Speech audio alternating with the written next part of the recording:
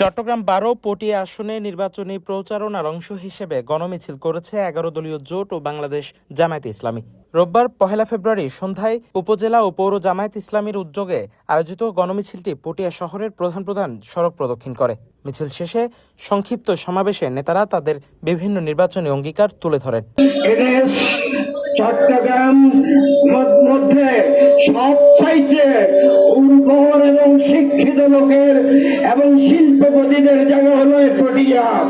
আমি বলতে চাই এই পটিয়াকে আমরা আগামী দিনে ইনশাআল্লাহ শুধুমাত্র উপজেলা নয়, পৌরসভা নয়, পটিয়াকে জেলা ঘোষণা করতে হবে।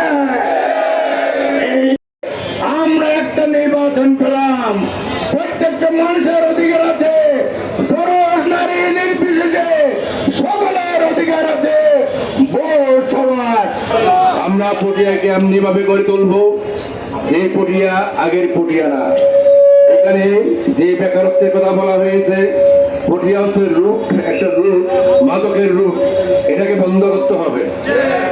সন্ধ্যা 6:30টার দিকে পৌর সদরের ইন্দ্রপুল বাইতুল শরফ মাদ্রাসা চত্বর থেকে গণমিছিলটি শুরু হয়। বিভিন্ন পর্যায়ের নেতাকর্মীর অংশগ্রহণে মিছিলটি পৌর সদরের গুরুত্বপূর্ণ সড়ক ও মোড় প্রদক্ষিণ করে বাস স্টেশন এলাকায় গিয়ে শেষ হয়। নির্বাচনী প্রচারণা মিছিলে নেতৃত্ব দেন জামায়াতে ইসলামীর প্রার্থী ডক্টর ফরিদুল আলম। এ সময় ১১ দলীয় জোটের শরিক দল লিবারেল ডেমোক্রেটিক পার্টির চট্টগ্রাম দক্ষিণ জেলার সভাপতি এম ইয়াকুব আলী, উপজেলা জামায়াত নেতা মোহাম্মদ জসিম উদ্দিন, নাসির উদ্দিন সহ স্থানীয় ও জেলা পর্যায়ের নেতৃবৃন্দ উপস্থিত ছিলেন। গণমিছিলে উপজেলা ও পৌর জামায়াতের বিভিন্ন স্তরের নেতাকর্মীদের পাশাপাশি ১১ দলীয় জোটের শরিক দল এলডিপি সহ অন্যান্য দলের নেতারাও অংশ নেন। নির্বাচন যত ঘনিয়ে আসছে, পটিয়ায় তত বাড়ছে নির্বাচনী প্রচারণার তৎপরতা ও রাজনৈতিক সরবতা বলে জানান স্থানীয়রা। পটিয়া প্রতিনিধির পাঠানো তথ্যচিত্রে news desk, CTG post, Chittagong.